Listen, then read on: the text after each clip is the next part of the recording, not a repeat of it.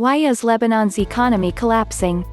The French, which held the mandate for Lebanon and Syria after the fall of the Ottomans, set up a government based along sectarian lines, and a 1923 census, Christian, Shiite, Sunni.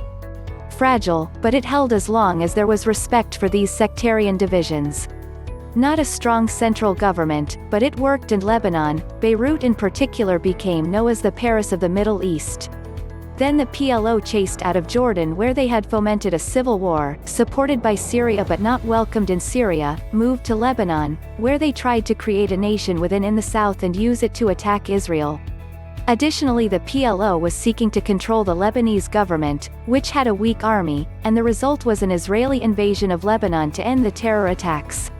The result, the PLO was relocated to Tunisia. The US mediated, and the disruption caused by the sectarian groups that sided with Israel, rather anti-PLO, versus the Muslim groups that supported it, ended up in a civil war, that resulted in Syria intervening, which resulted in eventual popular demonstrations against, and Syria pulled out, which allowed Hezbollah, backed by Syria, to emerge as the defender of Lebanon from the Israelis, which resulted in an Israeli invasion to stop the terrorism of Hezbollah, which resulted in a UN agreement to have Israel leave, and Hezbollah disarm, as all armed groups except for the Lebanese army were supposed to do, and everyone obeyed, except for Hezbollah, which has a more powerful army than the government.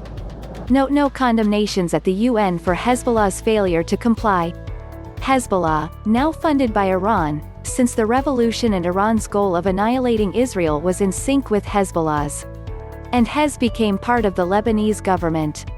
With a government largely controlled by Hez, and Hez not interested in improving the lives of the Lebanese people, the current demonstrations are demanding an end to a government that is non-responsive to the people, and responsive to Hez and its patron Iran.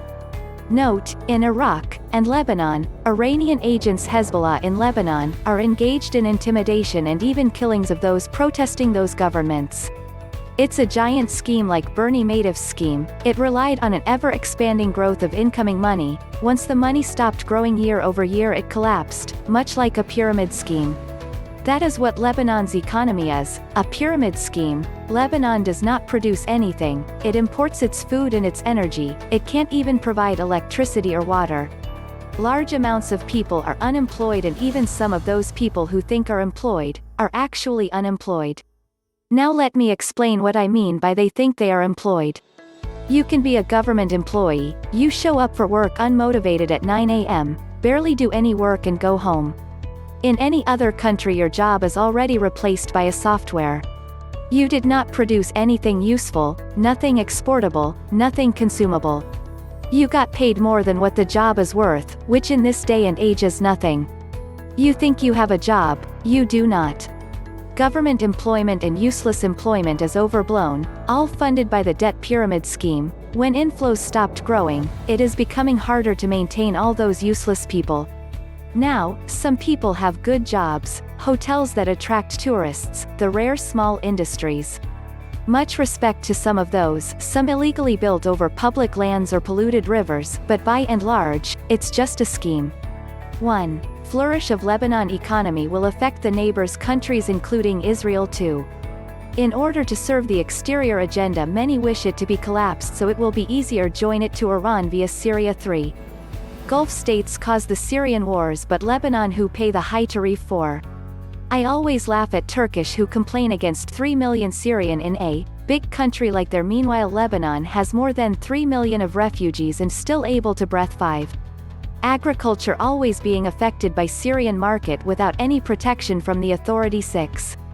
Oil and gas will be paid for the strong powers in order to forgive Lebanon debt. 7.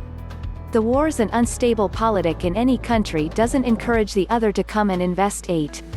Lebanon best tourists are of the Gulf states whom aren't welcomed by Hezbollah, who doesn't benefit from the tourism sector at all. 9. The most important fact: the worst enemy for the Lebanese people are politics who keep destroying the country without caring for the consequences, and in any proximate war they and their families will move abroad, leaving their poor followers to burn and drown alone.